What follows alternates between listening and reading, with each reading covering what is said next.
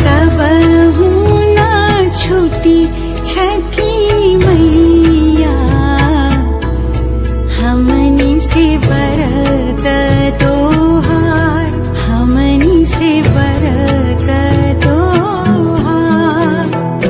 तहरे भरोसा हमनी के, छूटी नाही छठ के त्योहार, छूटी नाही छठ के त्योहार।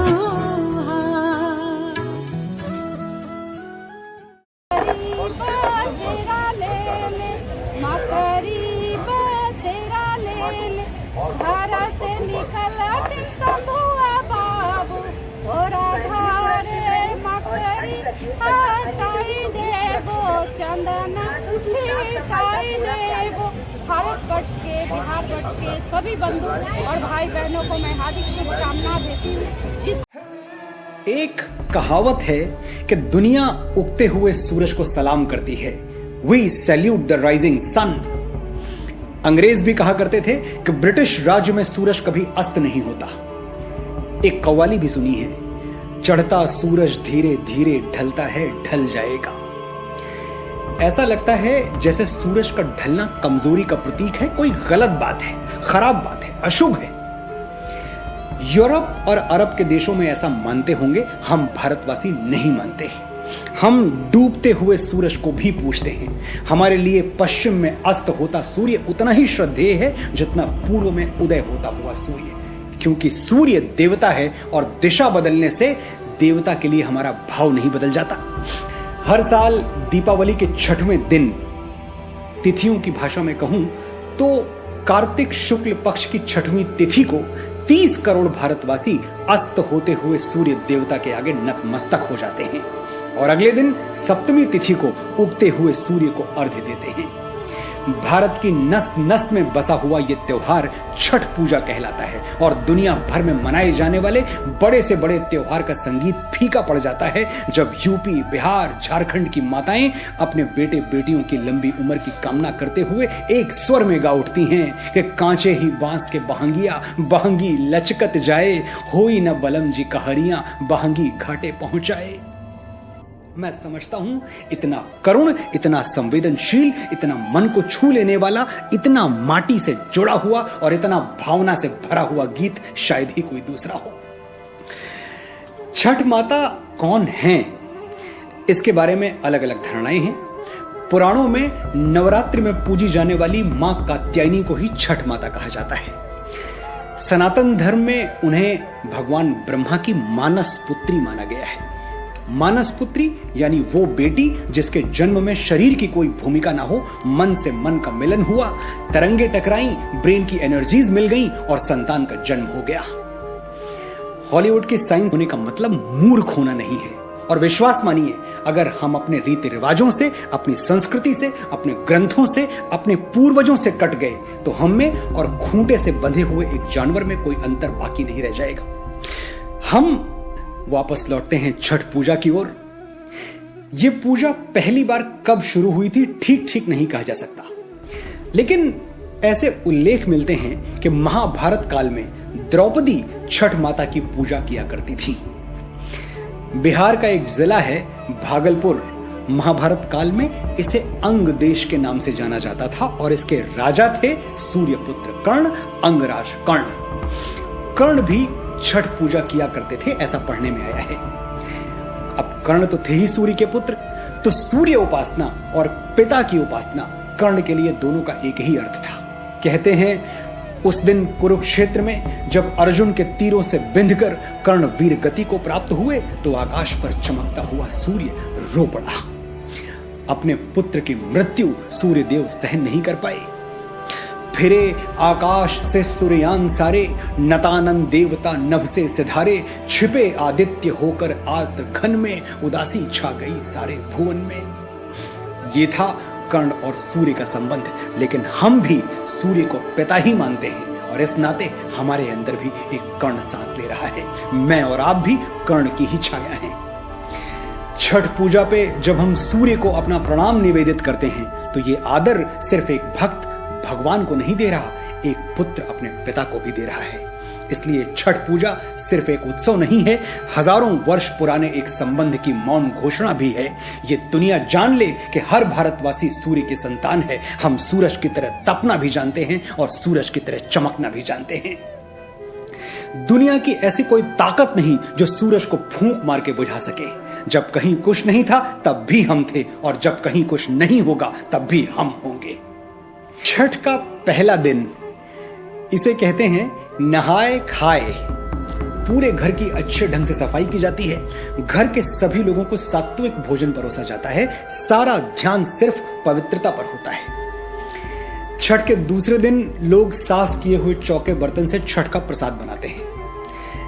छठ का प्रसाद सुनते ही अगर आपके मुंह में पानी आ गया तो आपका कोई दोष नहीं है, मेरा भी यही हाल है। ठेकुआ, क्या बताएं ठेकुआ क्या होता है और कैसा होता है।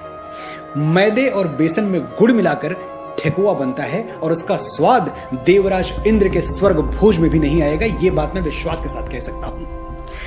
ठेकुआ जितना खस्ता बने उतना अच्छा। मेरे बहुत सारे ऐसे दोस्त हैं जो एक ठेकुआ के लिए 56 प्रकार के व्यंजन छोड़ सकते हैं। ठेकुआ बनाने के बाद शाम को एक विशेष पकवान बनाया जाता है जिसे लौकी दाल कहते हैं।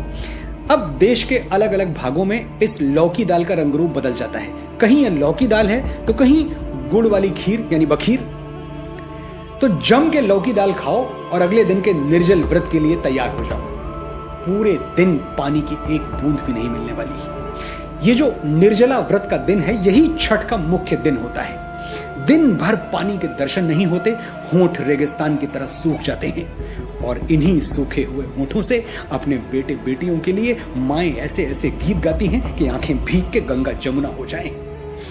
पहले पहल हम कैनी छठी मैया व्रत त्योहार, करिहा क्षमा छठी मैया भूल चूक गलती हमार।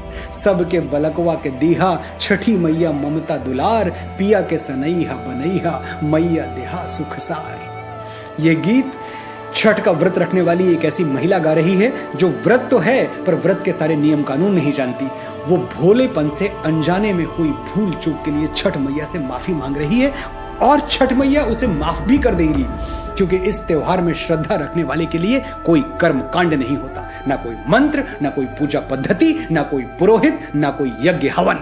जिसे पूजा पाठ कुछ भी ना आता हो, यह त्योहार उसके लिए भी है।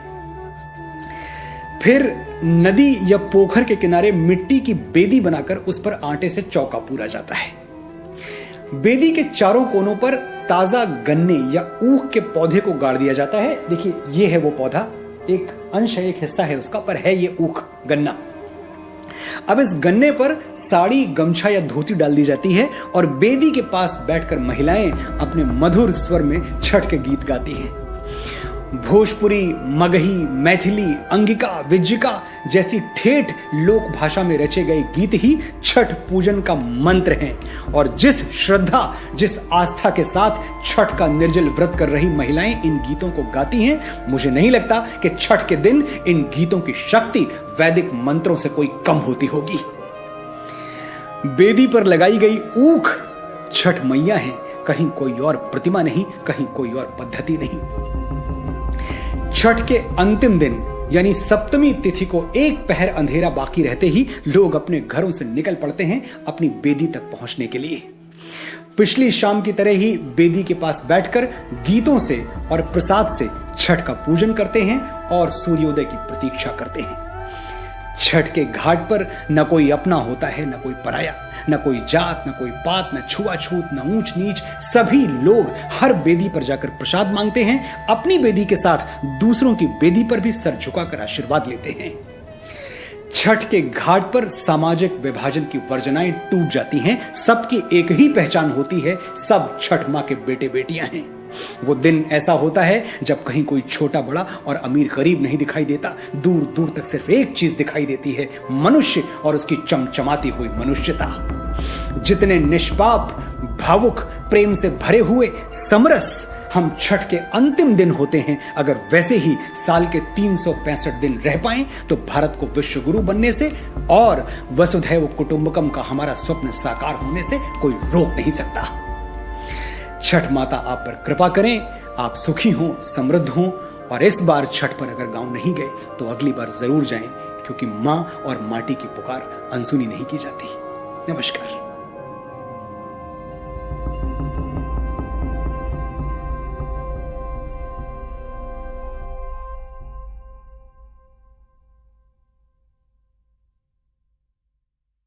Wake up to reality.